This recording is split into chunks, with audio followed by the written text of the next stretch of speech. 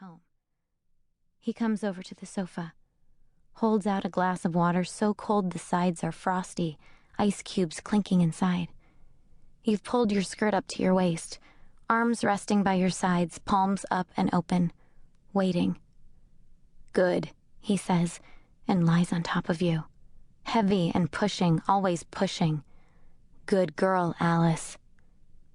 Afterward, he will give you the water and a container of yogurt. He will sit with one hand curled around your knee. You will watch TV together. He will tell you how lucky you are. "Yes," you will say, "I know I am." Chapter 3.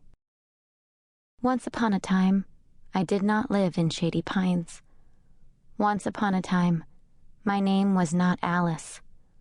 Once upon a time, I didn't know how lucky I was. Chapter 4.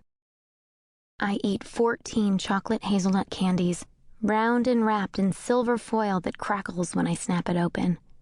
I also eat 6 cookies, long brittle tubes filled with chocolate, one puffy cheesy thing that tastes old, all grease and bitterness, and 2 mints before a woman in a sky blue shirt comes out and calls my name. The women I'm sitting with, all older, all reading magazines that promise quick dinners and happier children, look relieved. They've noticed the pile of wrappers around me, noticed how I sat and ate while they sipped diet sodas or water and gave each other cautious looks if they reached near the candy when grabbing another magazine.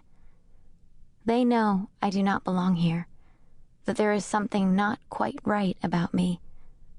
But they will do nothing about it. They will say nothing, ask no questions. No one does. No one has. No one ever will. "Alice?" the woman in the sky blue shirt asks again, and I stand up, swallowing a last bit of cookie. Flour and sugar, brittle sweet. There is a plastic decoration on the wall across from me, clear rippled plastic resting against a blue wall. A reverse ocean, with no water for anyone to drown in.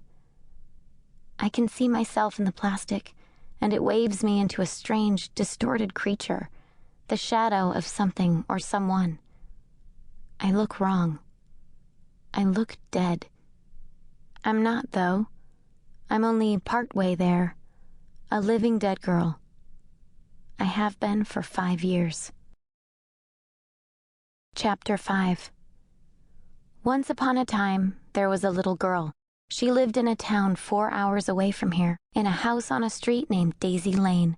She had a mother and a father, and her own room and a TV, and sometimes could stay up late to watch movies on the weekend if she ate all her dinner. She had a cat and 3 best friends, and wanted to work with dolphins.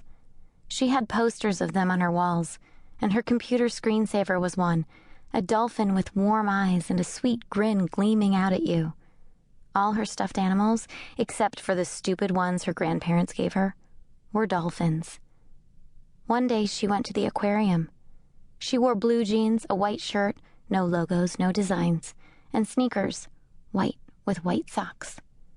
She went with her 5th grade class, and since it was 3 days before her 10th birthday, she thought her friends would let her sit by the window on the bus.